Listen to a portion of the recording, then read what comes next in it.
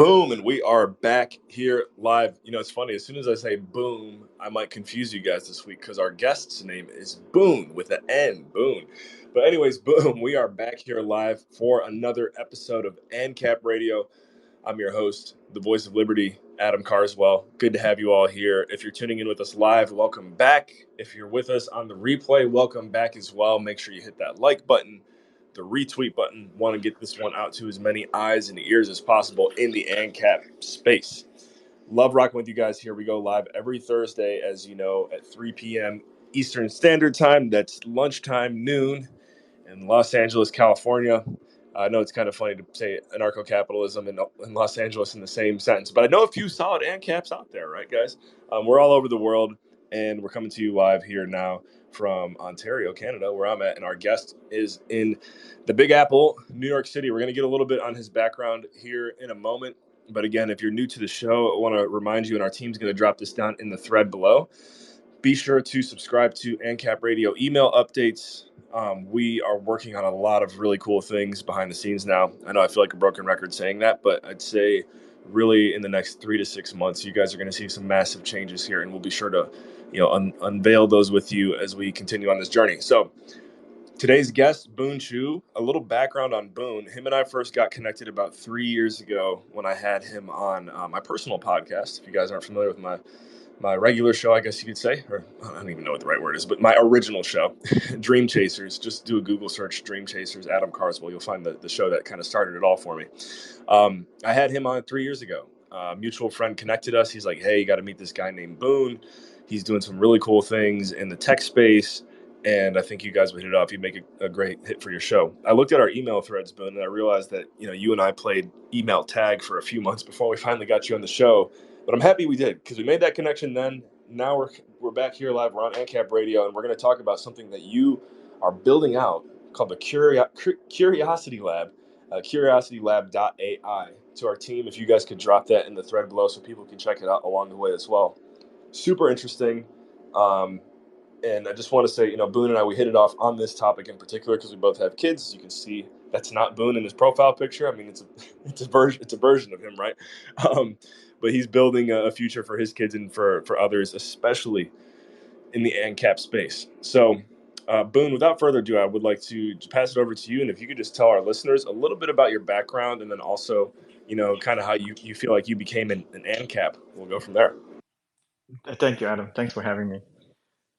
So yeah, my background, I was born in Malaysia and I came to the US with my family after high school. And yeah, so I started out as a game programmer and, after going through a few different jobs at Microsoft and Amazon, I started my own thing, doing like app development. And so I had some good success there because I got into the space quite early and gradually sort of took the experience and the skills to start working with bigger brands like iHeartRadio and Discovery Channel and Walmart and big brands like that.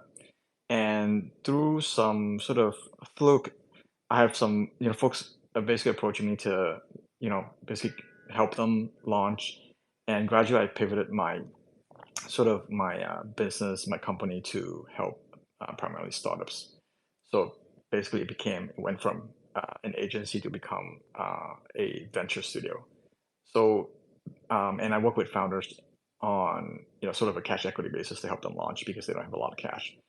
And from that experience, I actually learned a ton because I realized that there's just so much innovation that goes on, and when it comes to working with uh, founders versus big brands.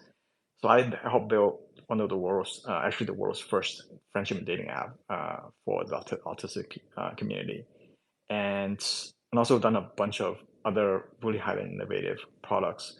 One of which is called Pepper, and that was launched like 2 years ago. It's kind of like a social cooking app for Instagram. You upload your food recipes, and I think they have a ton of users now, like 1 million users now. So yeah, so I love the space, and that's kind of my background. I'm the founder of Tappollo Media, which is a venture studio, and within that venture studio, we also launch companies actively. And Curiosity Lab is one of the sort of the products. A company spawned from the venture studio, and it came about because my son was complaining about school being boring, and so I thought, hey, let's just do something there to help him, because I don't see a sort of path forward relying on the traditional education. So I just went ahead and started the school. Yeah. Nice. I love it. And as you know, I've got two little ones that aren't really at the any type of school level, but I'm pumped that you're doing this now because I feel like by the time they are able to start diving in, this will be ready to go. Again, guys, check out the link in the thread at curiositylab.ai so you kind of follow along with what Boone is building. Immediately as I land on the page, I'm, I would say the biggest anime fan, but like I love that that's kind of the vibe I'm getting from it. I do like Dragon Ball Z and Pokemon a lot just from growing up. So Yu-Gi-Oh too. Now I think about it. So anyways, let's talk about that actually. Where did the inspiration to kind of make it like a gaming anime type of, like that's the vibe that you get just from landing on the homepage, right? So where does that all come from?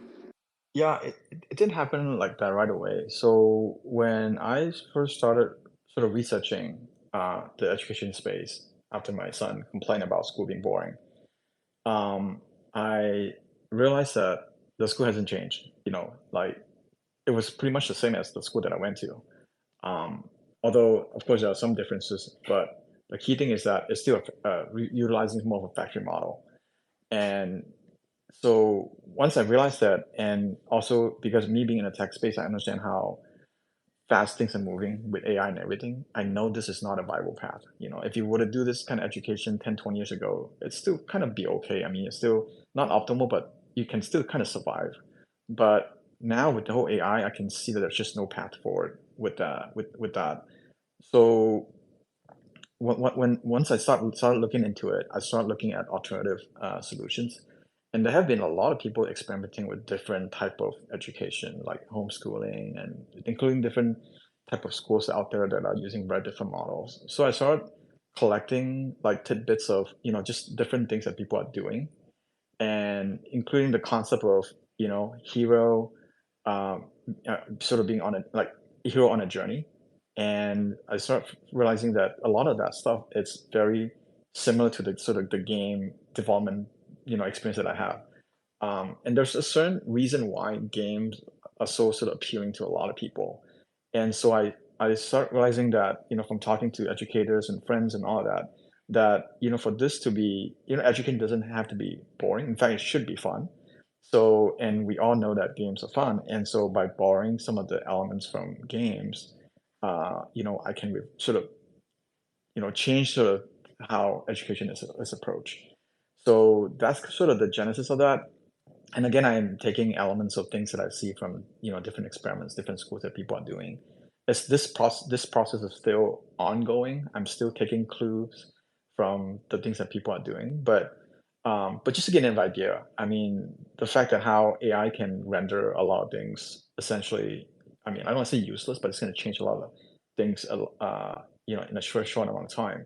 I was able to launch a school from conception to like the finished product, so to speak, in about a few weeks, right? The website, the including the creation of the website and the copy, everything that you see on the website, all the sort of the business stuff I have to set up, including onboarding people, the kids, to the point where the school is making a money profit, cash flow positive in the first month Can I just of say, it in the world running. of anarcho-capitalism, Yeah, that's really what we want for everyone. So that's good to hear. You're not trying to, yeah. there's people like, oh, it's a non-for-profit. There's everyone look up Myron Golden if you haven't heard of him. In fact, Myron's good enough with his messaging. He's probably, I would consider him an ANCAP to our team. If you guys could drop a Myron Golden YouTube link below.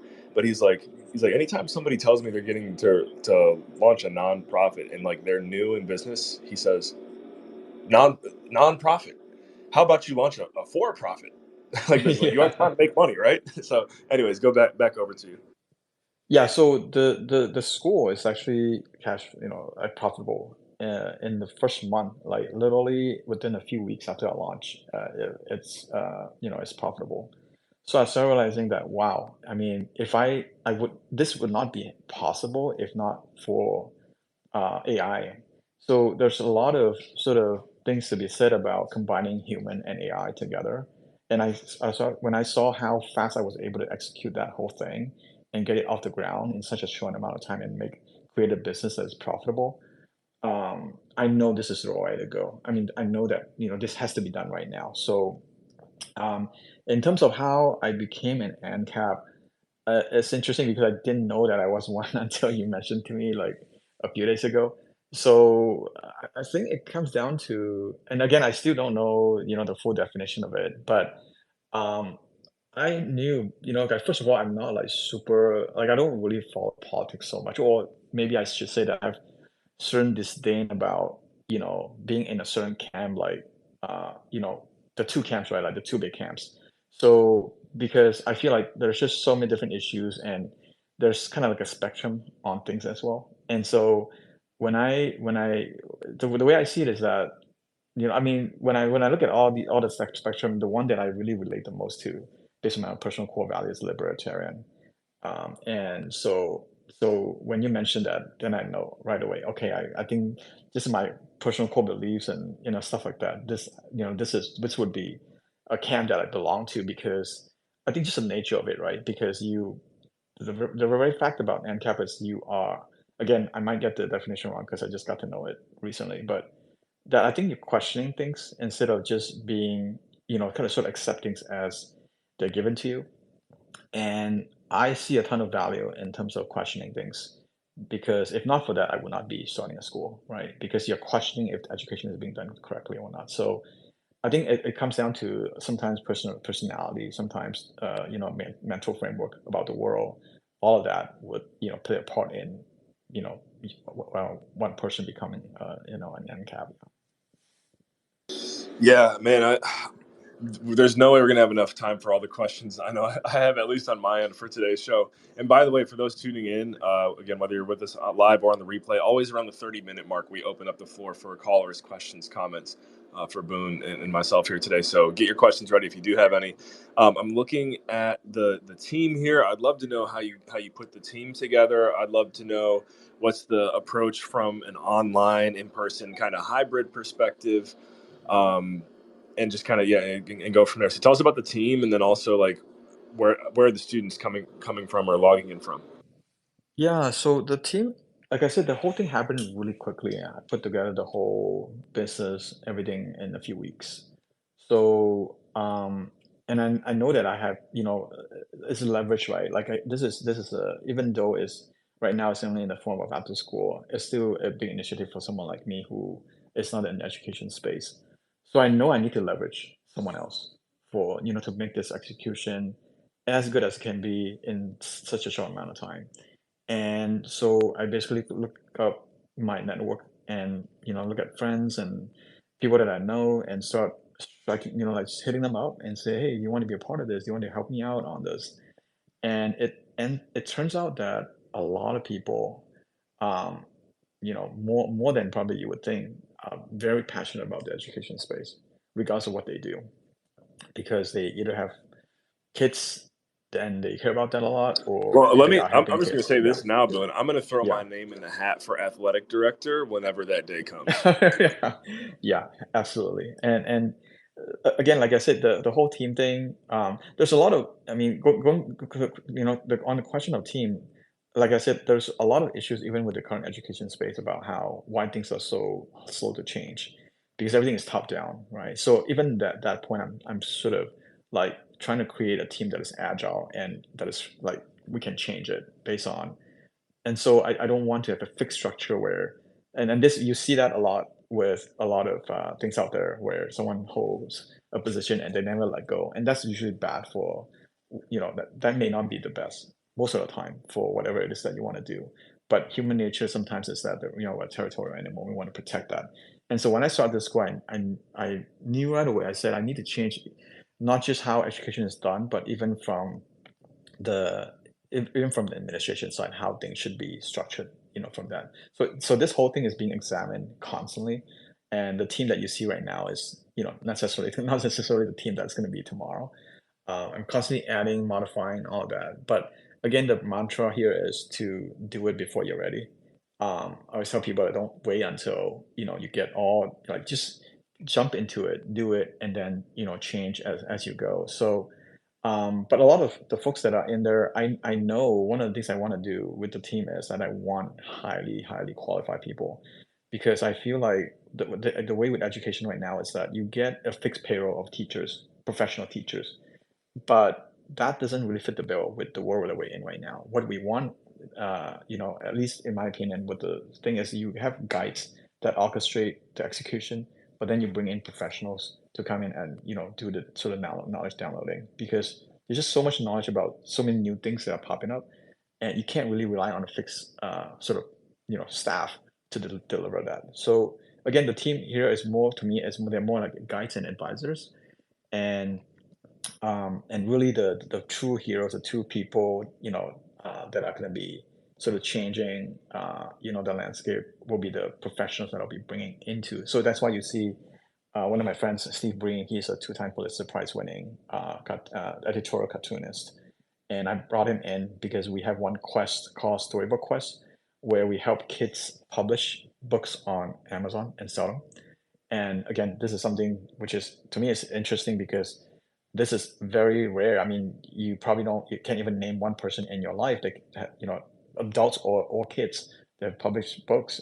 And so I want to make that a commonplace. I want kids to be not just reading books, but actually be exposed to creating books and then publishing it. But I don't want them to publish uh, low quality, because my whole life is all about projects. My whole life is all about delivering commercial projects. So I want to bring that to the kids as well and say, just because you're kids doesn't mean you cannot create high quality commercial, like projects with commercial value.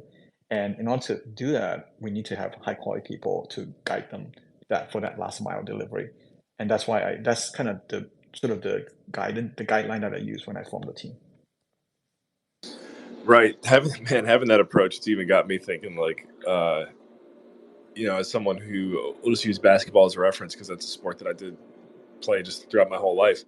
It would have Mm, been cool looking back on it if, maybe when I was playing in third grade, fifth grade, eighth grade, if my coach was like an upperclassman, right. like teaching kids how to coach instead of hiring, getting the parents or whoever, hiring a coach, and that's fine too. But I'm just thinking like uh, a someone who's in ninth grade could very easily coach a team of third graders, and it gives them Yep. that like firsthand experience of coaching. It's just rethinking everything, which is really cool. I don't know if you answered it. Like, do you have to be in the New York Tribeca area to be involved, or what does that look like? Yeah. So right now, the physical schools, I'm doing that in New York because I'm here. So it's the quickest way for me to find locations and get guides to start, doing the quest. And it's great. It's a great Um, location, just as far as like people and yeah, population. exactly, good location because New York is interesting because it's a very dense, place with a lot of talented people in one spot. So it's actually perfect for something like that, for me to sort of experiment with this concept. I've already, like, I just spoke to someone who is in this fashion space a couple of days ago, and she's going to be helping me launch a fashion quest and, teach kids how to design clothings and, bags and stuff like that. So, it's a very interesting, space with a ton of talents, people with dreams, right? They are all like congregating here. So it's good for that. But I'm also experimenting with people outside of New York as well, but more in a different mode. For example, I have one person working with right now. That he is from Nigeria originally. He's in Dallas right now, and we're testing the model of doing sort of online one-on-one Zoom sessions with the kids, Nigerian kids, being taught by Nigerian teachers on different subjects. So that's because they want a lot of people, immigrants who are here, they don't want to lose, especially the parents. They don't want the kids to lose their root, right? Like you don't want to sort of not know the native language, so we're kind of using that fact to kind of test that mode out. And then I'm also doing another pilot with some kids in China as well. And the concept there is that they get to mingle with kids from the US, so they can talk about cross cultural international topic.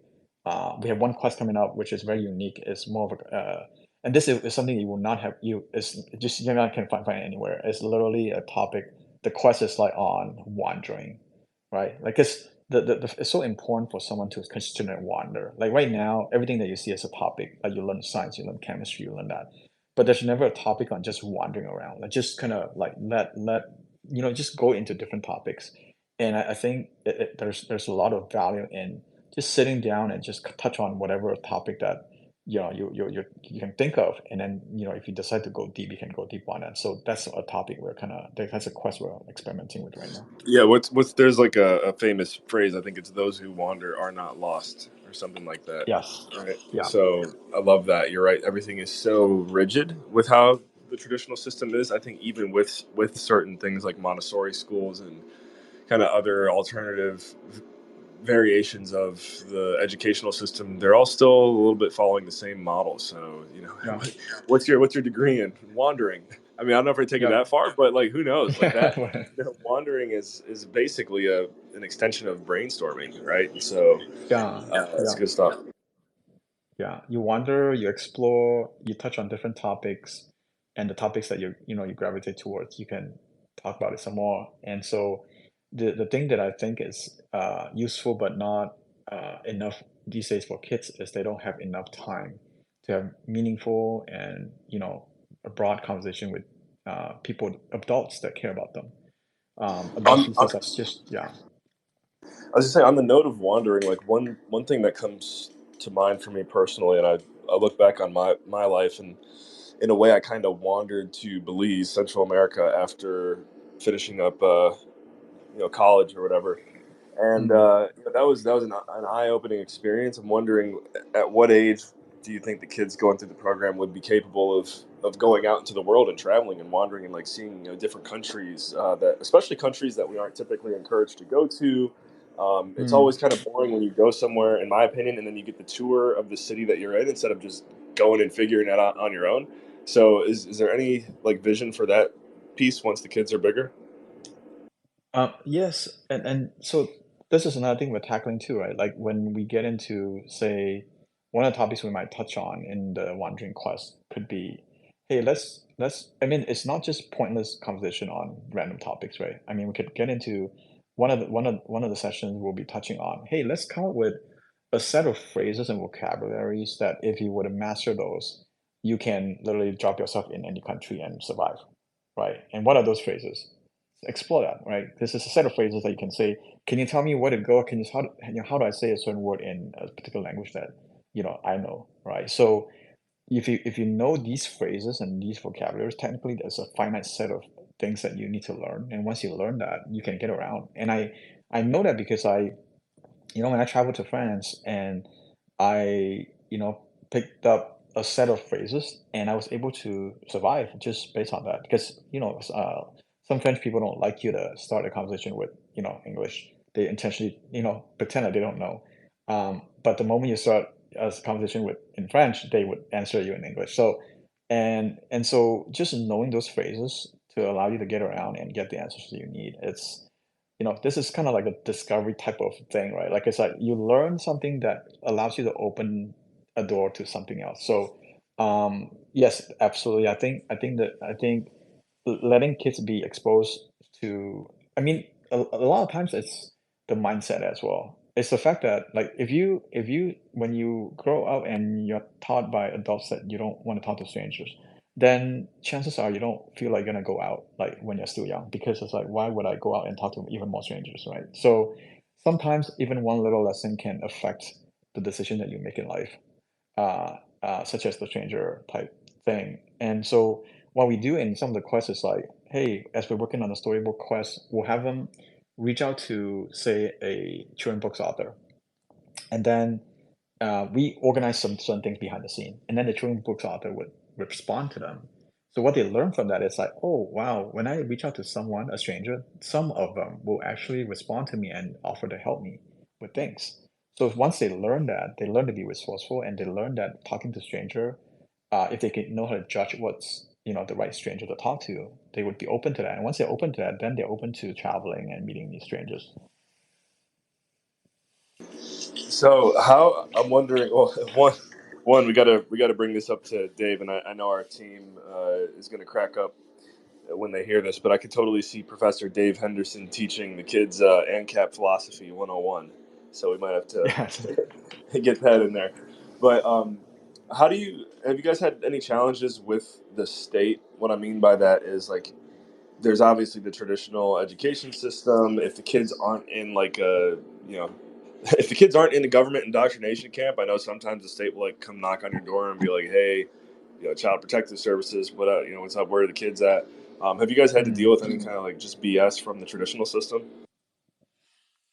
With the school that we have right now? Right. Not right, no, because these are all sort of the way it's set up right now is after school. It's not full time yet. But we have system in place to for parents to sign up and all of that. So there's no everything is very sort of done in the formal way right now. So yeah, we don't have any issues like that. What's the vision and time frame? And I'm kind of like selfishly asking, what's the vision and time Yeah. frame for it to be full time?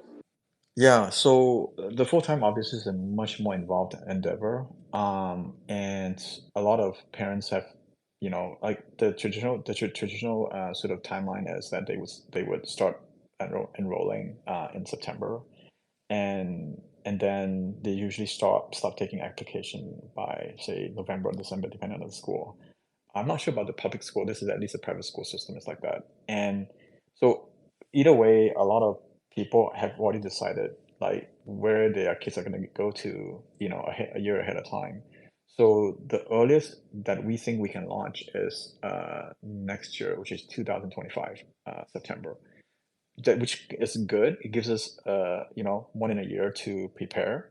Um, and so I would say that would be the earliest if we were to launch, and if we were the latest would be a year after that, right? That would give us plenty of time to raise funds, to develop the technology that we need, find the venue and all of that stuff. So absolutely, I think 2026 is for sure it's going to go out, but there's a like high likelihood that it could go out next September. Nice. And what I do full time is always asking people, how much capital do you need to raise to make that happen? So I'm Yeah. curious, do you happen to know what the rates No, would I look like? don't right now. I'm kind of sketching out the big dream version first and then scale down from there if I need to. So I'm going wild with the execution right now. Like I'm just combining many, many different things into it, right? Like because as you know, I mean, starting a school, there's a lot of sort of philosophy, a lot of things that goes into it. For example, like if I'm going to be combining a lot of, say, neuroscience principles into it, meaning you have to be fit. You have to be, because the thing is, this is not going to be a school that is just teaching you core subjects. Like when I look at the AI era, it's, you really need the kids to be learning a complete set of things now. First of all, they have to really focus on all the fundamentals, like knowing how to take care of yourself, knowing how to communicate, knowing how to persuade, all those things that AI cannot necessarily do for you. So, in order to have a healthy body and have a healthy mind, so I can prepare you to be a better learner, I need to design this. We need to design the space in such a way that we can optimize learning. So there might be a rock climbing thing. You might have to climb your way into the classroom. Stuff like that, right? We have to think through all of that stuff, to make sure that that we have a system where the guides and the students are all in a sort of optimal state to learn and to grow. So yeah, so the question is, we're still figuring that part out, but I'm going very sort of grand scheme right now to say that hey, I might need say $10 million, $20 million to launch a school, but of course I most likely won't need that, but I'm starting with that vision to say hey, if I have unlimited funds, what would the school look like, and if I don't, how can I sort of sculpt that accordingly. I love it, man. So it is. We're at the halfway mark. So for those tuned in, if you do have a question or a comment for Boone, all you got to do is tap that microphone button, bottom left corner, and get you up here and take it from there. Again, this is ANCAP Radio. If you're just tuning in or on the replay, be sure to hit that like button, the retweet button. We are with Boon Chew. the founder of CuriosityLab.ai, and we're going to go ahead and keep this thing rocking. So one thing that comes to mind for me, Boone, is just knowing your professional background as well and everything that you kind of got your hands in. I'm always curious to know, like, what are people's secrets? What are their hacks to be able to accomplish big things, and not like flood themselves from a time commitment perspective, kids, etc. Obviously, this one is focused on kids too, but like, how are you Mm. finding yourself the ability to maintain scaling this while running your other business? Yeah, I think the number one thing is you understand that you cannot do everything by yourself. I think that's the biggest problem with most people is to try to do everything by themselves. And the truth is that, there are so many things that in life that people can do better than you. So you just have to learn to be a good orchestrator, someone who will orchestrate, the effort. But so I think it depends on the role you're taking, right? Sometimes you can be the role of a visionary. Sometimes you can be the role of someone who is, on the ground floor doing. And especially with me doing all these things, it would not have been possible if not for the support of all my teammates. They really help run a lot of things for me.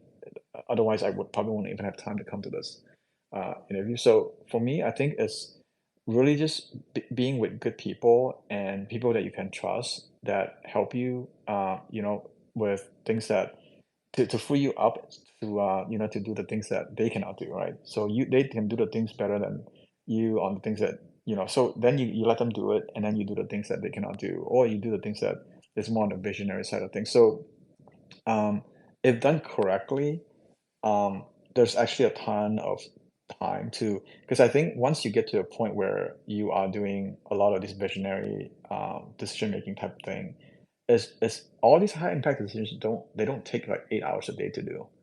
I think what comes down to is actually that you have to kind of optimize yourself in a way. When I say optimize, I mean you have to have a healthy lifestyle, right? In order for you to be able to be, come up with good, ideas and make the proper decisions.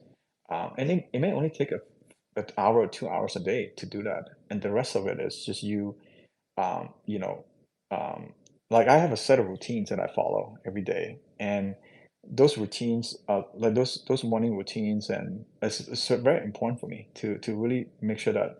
And so I think when it comes to the question that you have about having time, I think people have to look for ways to automate that to buy time, because otherwise there's just too little. If you try to do everything by yourself, there's just not much you can do in a day. There's just not enough time. Totally agree. It's finding there's let's say kind of a famous marketer out there. I don't know if you're familiar with Russell Brunson at all, the founder of ClickFunnels, and one thing I know he's Yeah. really big on. Yeah, he's awesome, and we've gotten to know a lot of people in his circle, and he's just really big on finding your voice and helping others find their voice, finding their path. Mike Termott, who was on the show recently, talked about all of us as libertarians, ANCAPs, whatever you want to call us, but just as humans. The Mm. key is to find your path and what you're most aligned with. That's really the ultimate Yeah. joy of life too. And when you can do that, then, like, to your point, you're able to leverage um, other areas. And I'll use a brief example to just to validate what you're saying. But like, I don't know if I think I did talk to you about this briefly, but like, I make house music, I make electronic music. Which, by the way, if anyone listening right Mm. now, if you didn't know that, just shoot me a DM. I'll send you some of my stuff. But I've been able to like really scale that and have fun with it because I can afford to like pay for a coach to help me take the fast track. Whereas I know there's other artists and DJs out there who are like, taking every gig they can get, washing dishes, whatever, because I'm good at what I do full time. I can kind of like Mm. fast track myself into having fun and making great music along the way. So it's all about just zoning in on really that one thing or just a couple things that you're really good at, and then to Boone's point, building teams around you and trusting people, because that is a big thing. And you kind of started with that. You said some people try to do it all themselves. That's kind of a trust issue, right? Like, you need to be able to put faith into others, because otherwise it's not coming back to you either. So um, I have a question from the audience. I know the person who asked this is also he's gonna chuckle a bit here. But my buddy Mark from the Philippines had a question. He's wondering. He has a 7-year-old daughter who's very adventurous and probably be a good fit for Curiosity Lab. So is the only way for her to get started now to move to New York, or are you guys looking at the like the virtual Yeah, aspect? this is actually a very good question. So the goal of Curiosity Lab is to have it go worldwide, international as quickly as possible.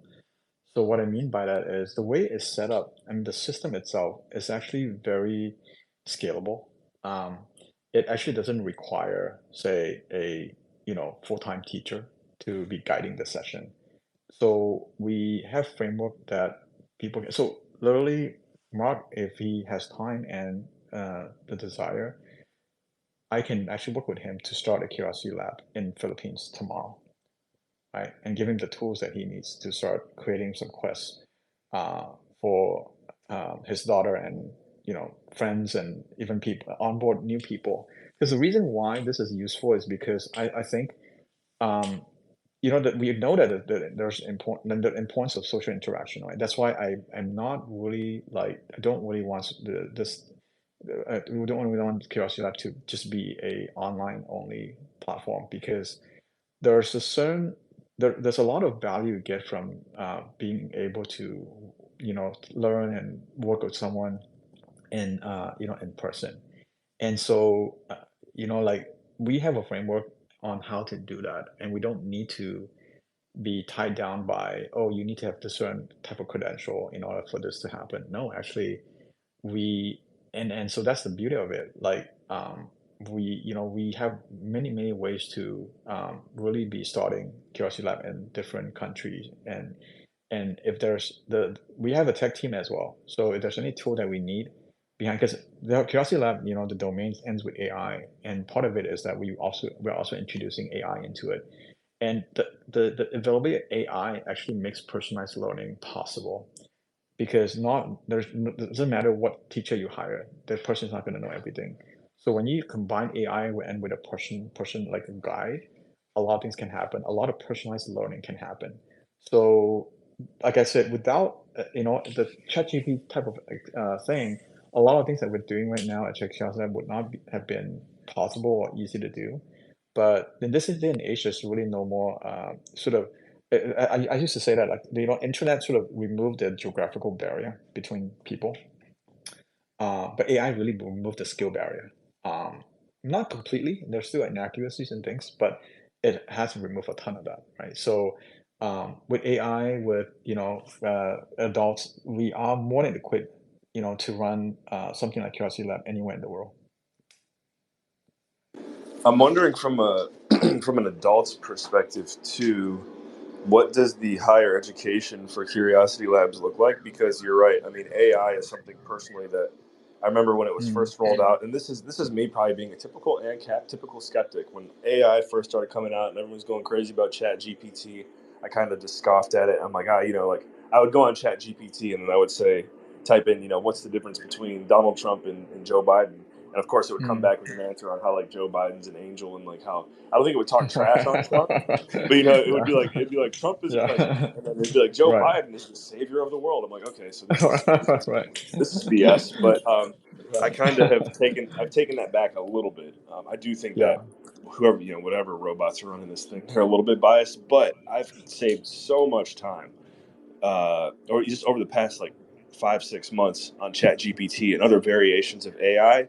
For shameless plug here too for anyone tuned in, I know our team at NCAP Radio loves this. In fact, we're probably going to make a theme for our station here soon using this app. It's called Suno. I don't know if you've heard of Suno, Boone, but Suno. It's a Okay. lot of fun. You just tell the computer what kind of song you want, and it literally makes it with like a catchy hook and everything. So anyways, yeah, I'm curious, like, what type of higher education offers are you thinking in Yeah. AI and just other realms for adults? Yeah. It's interesting. This is a good question. I was a friend of mine just kind of talked about the other day. So, hey, what do you think kids and adults should be learning these days with the sort of, the uprising of AI? I don't have a full blown, well thought out answer to this, but I do know a couple things. One is, first of all, if you look at what AI cannot do right now, right? There's no biological sort of form. Like there's no physical form right now, at least. I mean, unless you're talking about full-blown robots. So in terms of AI and people, math calculator AI, they can do it, right? programming to some extent now, right? Larger and larger extent over time. But there are a lot of things that a person has to optimize that AI cannot do, like your mental health, your physical health, the your mental framework, how you see the world. All those things have to be taught. I mean, if you think about it, a simple thing. I have so many friends right now going through a divorce right now in my circle. I'm like, what happened there? Why have we not taught kids and adults the tools that they need to manage the relationships better? There's just something, I mean, if you look at the statistics of divorce, there's something wrong about education there. There's just no way. I mean, either that, first of all, education didn't teach you to know how to pick the right partner. That's one cause. Or that maybe you pick the right partner, but you don't know how to manage the relationship. So, that's why I think everything comes back down to the fundamentals. Probably as fundamental as, do you know how to even breathe? Like because these things as habit, you have to train yourself. So do you know how to breathe? Do you know how to quiet your mind? Like, do you know how to be in a quiet state? Can you spend time alone by yourself? Like all those things are not being taught. Do you know how to listen, truly listen? Just sit there and listen to someone that maybe saying things that you completely disagree with. Especially with, like communication between opposite sex. There's a lot of different sort of things that you need in order for for you to not to get into an argument, for example, or in order for you to have the tools to deal with the differences, right? So all these things, I think they funny thing is that we're not actually talking about you people learning new things. Actually, I think we are actually talking about people learning things that should have learned years ago in school, but they were never taught. So I think with AI, it actually frees us up to learn those things. And yeah, I think AI is great in the sense that if we use it correctly, it could really free us up and let us become more human, let us become a more optimal human, if we give ourselves the chance to do so. Absolutely. Ladies and gentlemen, you are tuned into ANCAP Radio. By the way, we're joined today by Boon Chew, founder of CuriosityLab.ai. Make sure if you haven't already, check out all the links in the thread, everything down below. We got a lot of cool things cooking here today. We're going to be going for another 40, or excuse me, another 15 minutes here. So if you do have a question or comment for Boon, all you got to do is tap the request button, bottom left corner. We'll get you up here. And if you're on the replay or with us live and you haven't already, hit the like button, hit the retweet button, follow everyone up here on stage. Let's get back to it. So, yeah, just to validate what you're saying, Boone, AI. um, to me, it's just really cool how much it's going to speed. It's going to speed up execution. And if there's anything I've learned just about business in general, like the most successful companies and businesses, everything, schools, the ones who can get things done the fastest win. I always use a metaphor my dad used to say, and none of us in my family played American football like at a high level, but actually I don't think Mm, now I think about it, I never played it besides in the playground.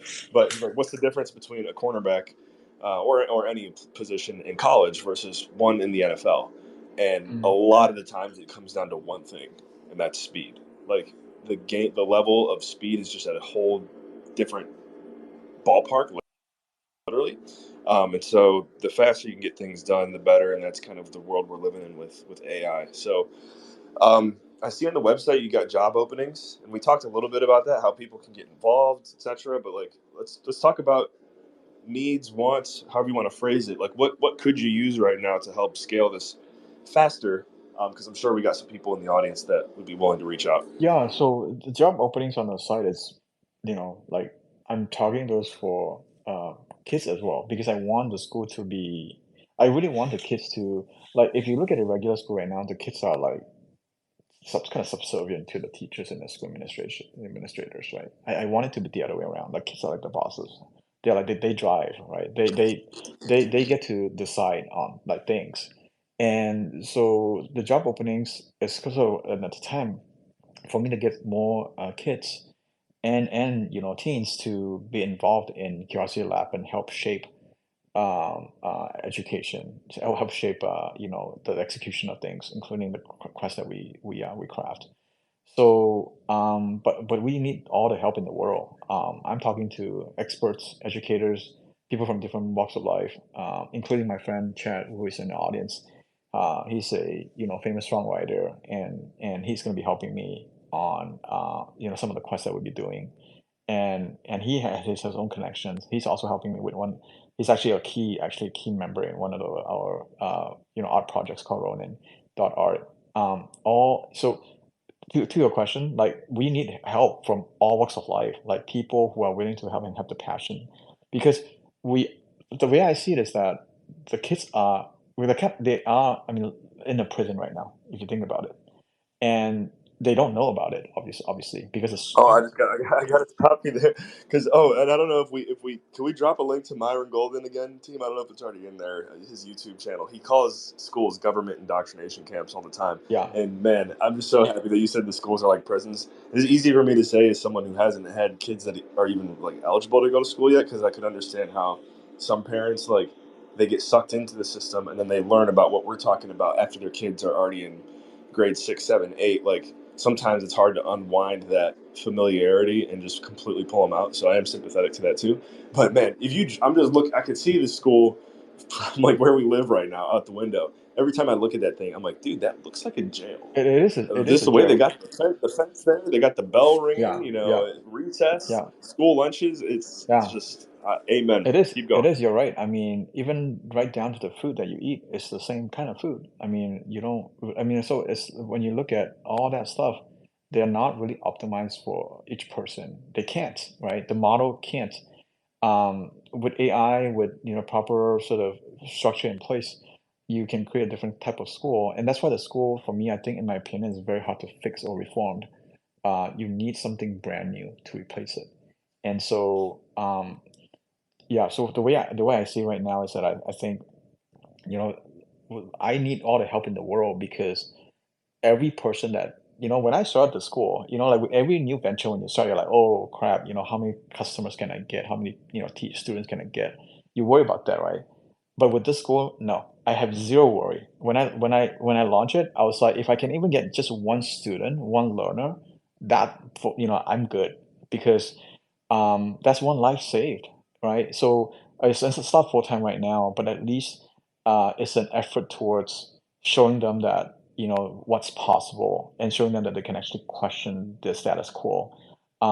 So I need all the help in the world from all walks of life to give me perspective, give me the skills, every their connections, all that to make this to really help save kids from the current system. Yeah. Love it. Oh, I just see Chad. We're gonna get you up here as soon as you get your hand raised. Looking forward to your question slash comment. I do want to say this too, though, team. If you guys could just head over to the website and pull this, drop it in the chat below. Anyone who has questions for job openings, applications, etc., you can send an email to jobs@curiositylab.ai. That's jobs@curiositylab.ai. For inquiries, Chad, one moment here while we get you up on stage. I know there's always a little weird phase here when he's connecting. He might not hear what we're saying, so we'll give it a couple moments here. 5, 4, 3, 2, 1. Boom! Perfect timing. All right. So Chad, you're up here, man. Good to have you on. Could you just let us know where you're calling in from and what your question is? Hey guys, how are you? I'm actually in a recording studio right now in Los Angeles, waiting for a session to start. um, Love it. I just wanted to make a comment, and also, can you go grab him? Yeah. Fabian's outside. Make a comment and also ask a question. My comment is, I met Boon almost a year ago, and we're doing a whole bunch of things together now, and he's one of the most passionate, driven people that I've ever met. Um, he reminds me a lot of myself, but with a whole different personality, if that makes sense. It's a pleasure. Love it, man. Good to It's a have you here. pleasure to work with him. My question, though, was I might have even told Boone this story when he first started talking about Curiosity Lab. I have a 16-year-old, and when we first started wanting to put him into the school system, I'm Canadian but live in the States, so I grew up in the Canadian school system, Oh, which nice. I'm American, living in Hamilton to be oh, specific. there you go. So shout out. I'm from Yeah. Newfoundland. So yeah. No. Oh wait, yeah. Okay, Chad, I heard about you. So my wife is from Clarenville. Oh, get out of here. Yeah, good to Yeah, meet well, you. here I am. I'm sure Boone is laughing right now. Yeah, I mentioned you. I mentioned you. I mentioned you from a couple days ago. Yeah. It's Yeah, I lived in St. John's for 3 years. That's where we met, got married, all that good Oh stuff. wow, So dude, that's love it. incredible. My whole family are still there. I'm the only one that left, so my entire family are still home. I was just back. You did. I was just in Newfoundland back in October, and one of our artists that we signed to Ronin, one of the things that Boo and I are doing together, we shot our first series of Ronin documentaries in Newfoundland on that artist. So it's wild. Anyways, let me quickly say what I was going to say because I got to get moving. When we wanted to put our son in school, my ex wife and I met on a Broadway stage. We were both in the show Rent together, and I was a very natural creative, and she was a learned creative. And we started looking at schools. I wanted him to go in this alternative school that we had here in LA that was um, it was very much like Curiosity Lab. It was driven by the kids. It was more about what their curiosity was and following that. And in the end, I lost that argument and he ended up going to a private Catholic school for 8 years. Whole different situation. But my question was to Boone, sorry, very long winded, was like in your long term goal, do you see Curiosity Lab as like a value add to the public system or to a private system? Or do you see it like eventually as a whole new way to educate? Yeah, it's a whole new way to educate, um, because there's no good alternative. I mean, there are some alternatives right now. Actually, but I think we need more options. And it's risky, right? Like you lost that your argument with your ex-wife on where to send your kids, your son to, and this is happening across the board right now, even to this day, right? And so I think, and so it takes time to build that credibility to say it's actually not risky. It's actually more high risk for you to send your kids to, to traditional school. So the answer to that question is absolutely. We need to have a full-blown school that replaces the current education system, because it will be more and more obvious over time that the current system is not going to survive the new world. I think another thing that will emerge from Curiosity Labs as it continues to grow and just as time goes by too is really the resume and the caliber of students it produces. Once people start seeing a trend of who's coming out of this, which I'm confident just based on the model, it's going to create some rock stars, or just help move certain rock stars forward. So, I like Chad's question there, Boone, because I could see, one of the best ways to get massive adoption or awareness or whatever you want to call it would be, in some cases, to come in as supplementary to a traditional system while still growing the core. So, I mean, do you see that type of approach, or do you think it would Yeah. just stick with the one core? So there's not much value in the traditional system as far as I can see anymore. Right?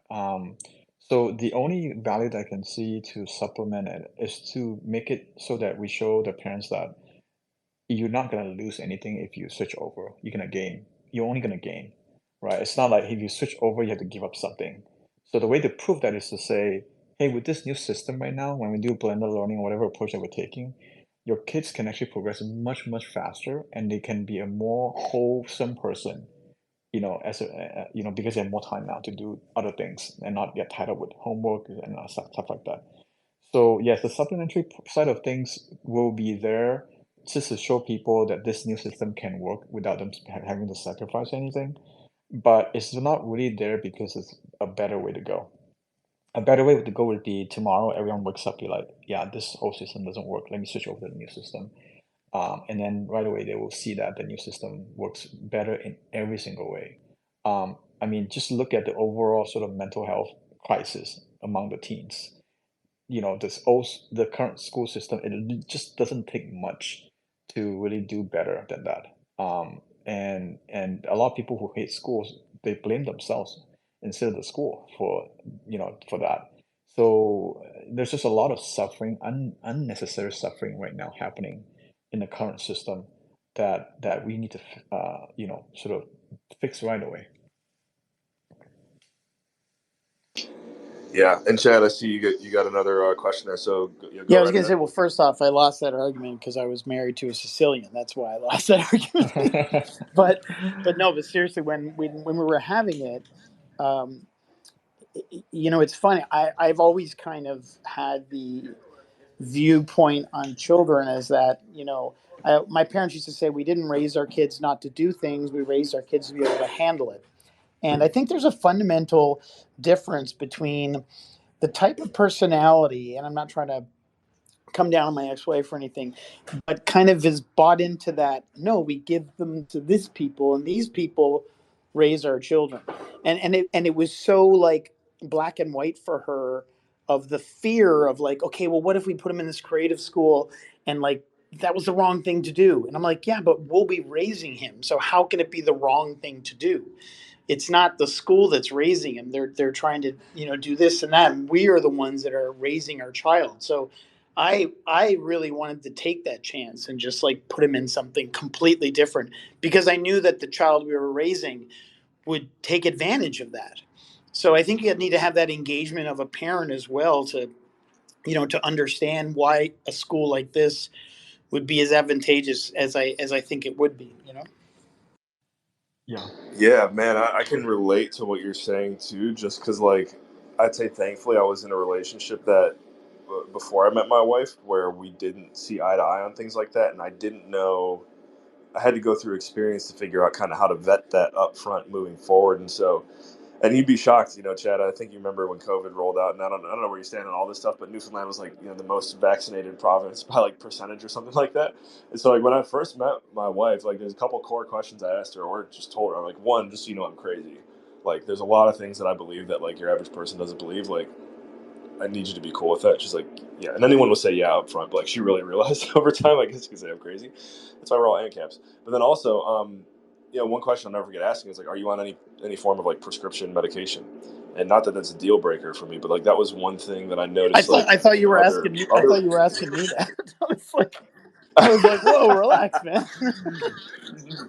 no, but like these are things that I know like fundamentally it's going to tell me who I'm with, and just like any relationships, like we have our ups and our downs, but I know like my wife, we're aligned philosophically for the most part. I think it's also kind of hard or impossible or even not fun to have someone who's 100% on board with you with everything. It's good to have a little bit of differentiation, but like Boone, you were talking about teaching a course about finding the right partner and stuff. Like these are some core things that I think people do accidentally overlook, and it can really like come back to get Guys, you. I got to run because my session is starting, but I just wanted to say thank you, and it was really awesome to join you guys.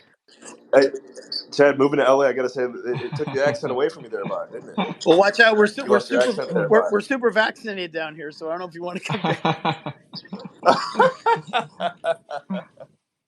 See you, Chad. Thank you so much for coming. Good talking to you, Chad.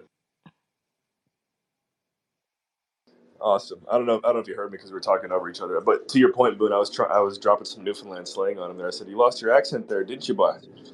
Because that's like kind of how they say things. So, anyways, we're winding it down here. I think. Did you have anything else you wanted to say there specifically, Boone? I got one more for you, but let me know if you had something you wanted to say. No, nothing much. This topic I can talk for hours, and I'm still learning a ton every day. So, yeah, I'm happy to answer the last question. I see also on the website you had something about content creation too. So whatever you guys want to do with this, chop it up, turn it into other, marketing, promotional stuff. Have at it. Cool. Honestly, anything on this channel, you don't even need to ask, dude. Just let it rip. Cool.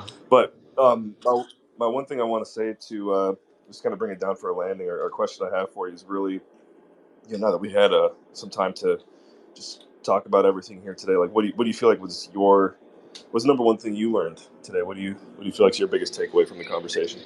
I think the biggest takeaway from this conversation is that if you, I mean, there are a couple things that big takeaways for me. One is that when I'm doing Curiosity Lab, I just cannot help but notice how unique everyone is, right? The kids and of course adults, right? We're all unique, but of course we kind of become a little less unique in the sense that the school is treating us by ignoring our uniqueness, right? So that's why job description, right? Instead of job fitting you, you have to fit the job description. And so I notice that a lot when I'm in a session with the kids. I'm just blown away by the unique nature of them. Everyone is so different as their fingerprints. And so that's that makes it me believe that the new way of things have to happen. I'm not saying that the new school or whatever school that is out there is right for everyone, but there have to be options for people to choose. So that's one big takeaway from the school itself. The takeaway from this talk is that I think there are a lot more like-minded people that are questioning the things that are happening. Education is really one of the biggest thing aside from healthcare in our lives. So it's very encouraging for me to be getting into a channel like that, to be discovering people that that are open, right? That they don't believe the status quo. They are open to examining the current way of things and looking at new way of doing things. So that's what keeps me going because if not, it's very hard to do something uh, as big as trying to replace an education system that has not been changed for quite some time. So for me, the big takeaway is that knowing that there's a huge community out there, um, of NCAP that have this mindset to really be, like challenging the status quo and questioning things. It's very encouraging for me because it gives me that sort of the power to say, there's a ton of people behind me that will, not just support but help what I do because this is not a one man endeavor. Yeah. Right. No, I'm right there with you, man. It's so energizing to come across people like you. Like and we got people on our team too, as we talked about earlier, who when all this began, like they didn't even realize, or you didn't even realize that the way to kind of refer to yourself as an ANCAP. And one thing you said before I went live, actually, maybe you did say it on the show too, is like we always need to be assessing ourselves as like who we quote unquote identify as and like what we believe in. So even for us to label ourselves as ANCAPs, I would say, in many ways, is also incorrect. But it's something that we can use to kind of bring things together here. So I just think to you as a shining example, there's so many other boons and like-minded folks out there that are wondering like, why does all of this seem like BS? I don't want to vote for anyone. Like, why do I have to do this a traditional way? But they don't know that like they can actually kind of find a source, a voice. And that's our whole mission here at NCAP Radio. So to your point, dude, I think the fun has just begun, and thankfully, because of things like COVID, Yeah. like that's actually what spurred the creation of all of this. So, Mm. for what it's worth, like the more the state wants to try and oppress people, I say bring it on because I think it's only going to make what we're doing even better. Can you hear me okay there? It looks like you cut out there for a moment, but we are coming up on the top of the hour there. So go ahead. Final thoughts, remarks, Yeah, if you I do have mean, anything. I just want to, you mentioned COVID, I just want to bring up something real quick that when I structured Yeah, the go venture ahead. studio 10 years ago, 13 years ago, it was COVID ready from day one. Everyone looks from um, remote, like distributed team at whatever time they like. And it took like a big event like COVID to really change the way people, sort of be, like challenge like the way people look at how work should be performed. So yeah, so you brought that up, so that kind of reminded me of how sometimes it takes a certain big force to happen for true transformation to take place at a large scale. Yeah. Absolutely. And this is going to be a little bit of a time consuming task for our team, but I'm confident you guys can find it. You know what? I'll make it easier for you. I took a clip from it and I put it into my own podcast. It's buried somewhere on Dream Chasers, my other show. But if you just type in Doug Casey, Donahue interview to our team, I'd love for you guys to drop that down below because that does show, like, especially Boone, once you see this kind of interview that Doug did when he was like, our age, like he's in his 30s. He was talking about how like voting was an immoral act in like the 1970s. Way before anyone was like even considering challenging the state. Doug was out there doing it, Mm. and he's Mm.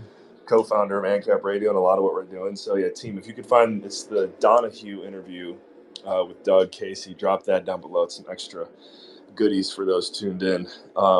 Good stuff, Boone. Really good stuff. Looking forward to just building our relationship, working on a lot of this stuff, especially with the school and beyond. So yeah, thank you for investing, your most valuable resource, your time. Thank you.